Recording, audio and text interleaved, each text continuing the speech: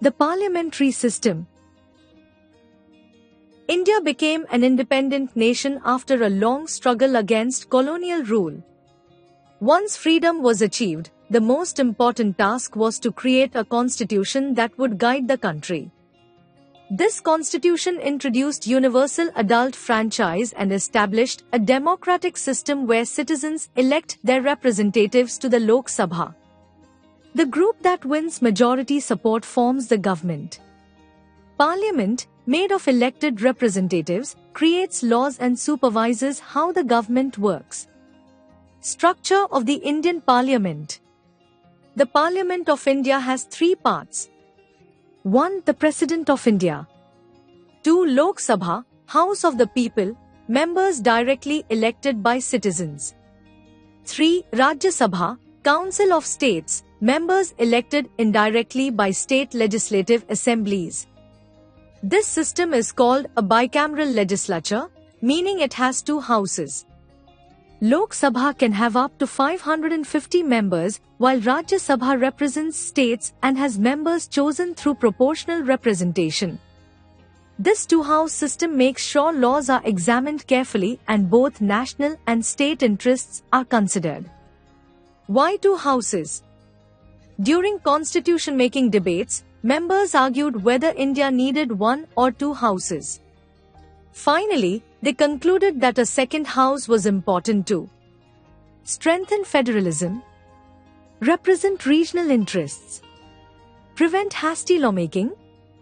India follows a federal system where power is shared between the central government and states. This helps maintain unity while respecting local needs. How Parliament functions. Each house has a presiding officer to run its meetings. The Speaker leads the Lok Sabha. The Vice President of India is the chairperson of the Rajya Sabha. Parliament has two main functions. 1. Legislative, making laws. A bill is introduced, discussed, examined in committees, passed by both houses, and finally approved by the President to become a law. A major example is the Right to Education Act, 2009, which went through years of debate, committee review and finally became a law ensuring free education for children aged 6 to 14. 2. Executive, implementing laws. The Union Executive includes the President, the Vice President, the Prime Minister and Council of Ministers. Ministers are usually chosen from members of Parliament and stay in office only as long as they enjoy the confidence of the Lok Sabha. Parliament's key responsibilities. The Constitution gives Parliament several important duties. 1. Constitutional responsibilities. Parliament must protect constitutional values, strengthen federalism, respect separation of powers and safeguard fundamental rights. 2. Lawmaking. Bills on various subjects are introduced, debated and voted on. Only after the President's approval does a bill become an act. 3. Holding the executive accountable. Parliament ensures the government does not misuse power. One major tool is Question Hour, where MPs ask ministers about government work. Parliamentary committees also examine ministries in detail. 4. Financial control. Each year, the government presents a budget. Parliament checks how money will be raised and spent. If needed, committees call officers from ministries to provide explanations. Roles of the main executive leaders. The President. The President is the head of state and performs duties such as appointing the Prime Minister, opening Parliament sessions and giving assent to bills.